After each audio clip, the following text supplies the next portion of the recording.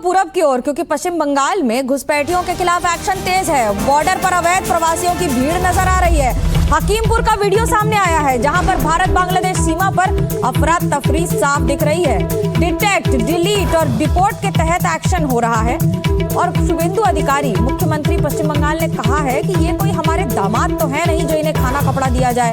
हम पुराने कानून का पालन ही कर रहे हैं। घुसपैठिए नहीं गए तो कार्रवाई होगी, ये सीधा कहना है मुख्यमंत्री शुभेंदु अधिकारी का। क्या कहा है सुनाते हैं। अरे ये लोग चला जाना चाहिए, और उनका बांग्लादेशी जो नागरिक है उनका लेने का जिम्मेदार तो है उनका। तो जब हम लोग यहाँ से बोल रहा था तो अब वहां से उनका जो स्पोक्स पर्सन है, मैं देखा था सोशल मीडिया में और यूट्यूब में आया, जो उन्होंने बताया जो बांग्लादेशी है वो तो हम लोग ले लेगा।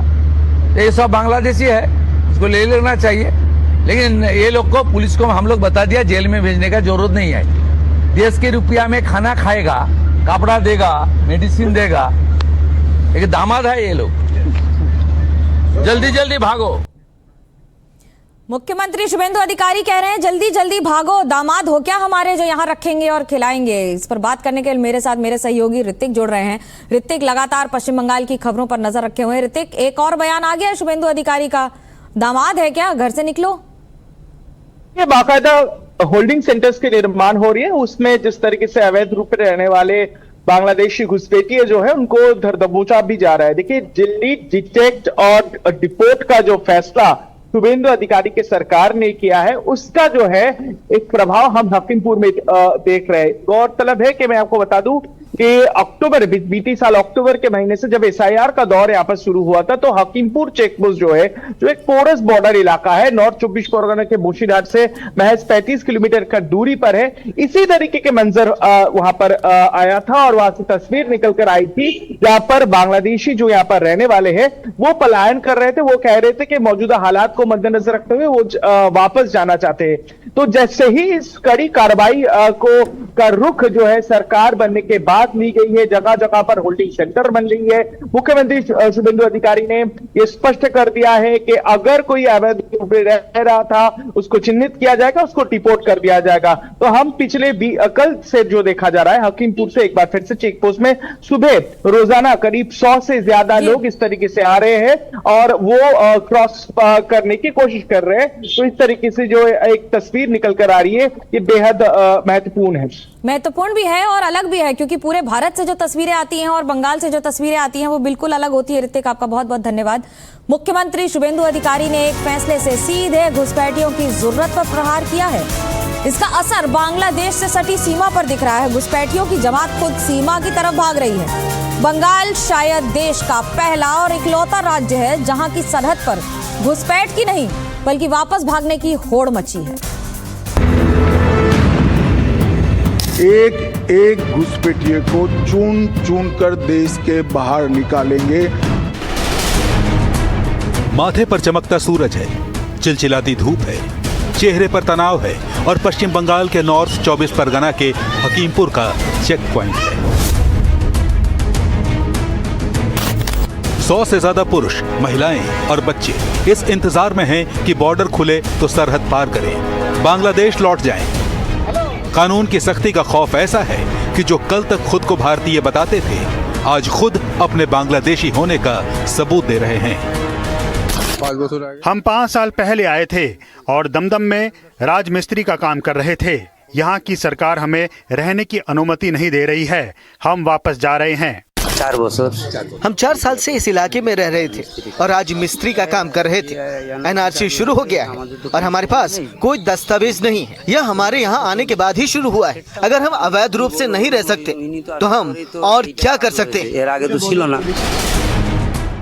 इसके पीछे है बंगाल के नए मुख्यमंत्री शुभेंदु अधिकारी, जिनकी 3D यानी डिटेक्ट, डिपोर्ट और डिलीट वाली पॉलिसी ने हड़कंप मचा दिया है।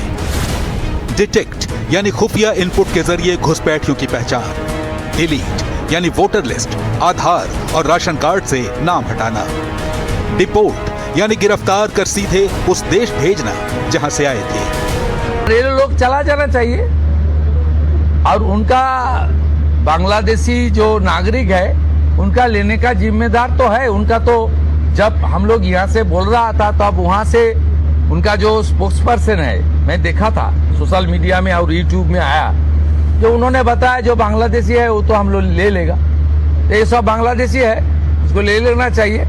लेकिन ये लोग को, पुलिस को हम लोग बता दिया जेल में भेजने का जरूरत नहीं है। देश के रुपया में खाना खाएगा, कपड़ा देगा, मेडिसिन देगा, एक दामाद है ये लोग, जल्दी जल्दी भागो। खास बात यह है कि तकरीबन हर मुद्दे पर बीजेपी के खिलाफ खड़े रहने वाले हुमायूं कबीर भी इस मुद्दे पर शुभेंदु के साथ हैं। जो सिक्योरिटी है, देश को जो